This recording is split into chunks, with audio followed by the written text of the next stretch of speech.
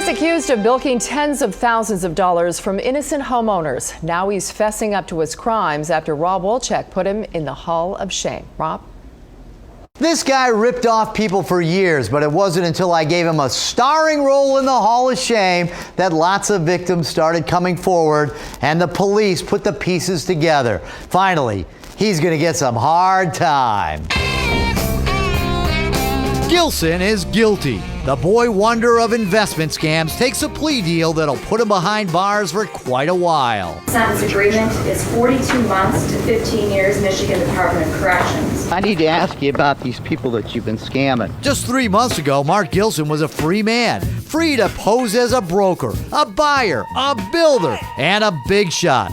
Mark's made his money for years by convincing others he was a successful entrepreneur. He looked awful young to be so successful. He lies so much that I think he believes his lies. Tiffany and Ellen are 2 victims Mark charmed out of tens of thousands of dollars. While I was investigating his dealings with them, Mark was operating out of this house and scamming new victims. He was selling this home to just about anyone who would come up with a down payment. In fact, he sold it to at least 10 different victims. Not only did he sell one house 10 times, he shouldn't have been selling it at all because he doesn't even own the house. What do you consider yourself? A real estate guy? A broker? What do you consider yourself? I don't know. Scam artist? No. You're not a scam artist? No. The cops disagreed, and just weeks after I put Mark in the Hall of Shame, Redford police arrested him. He was charged with 12 felonies, including a habitual offender charge that would double his sentence. Gilson seems to take the whole thing in stride. His attitude before the judge is typical smarmy Mark. All right, you are Mark Stephen Gilson. Yes. How old are you, sir? 28. Who do you live with? Currently, I don't have anyone. Sure you do, Mark. You live with a bunch of guys in county jail.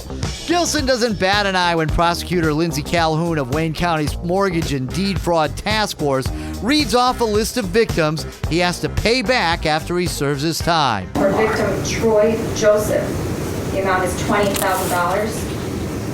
For victim Tina Valentine, amount $5,700. The list goes on and on and on.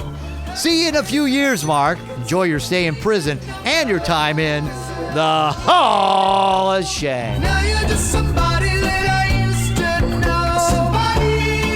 know. In exchange for his guilty plea, 9 of the 12 charges against Gilson were dropped, including the habitual offender charge. That saved Mark a lot of time in jail. Mark has also been charged in Livonia for domestic violence for a fight he had with his mother. He's quite a guy. Investment boy Mark Gilson will be back in court for his sentencing next month.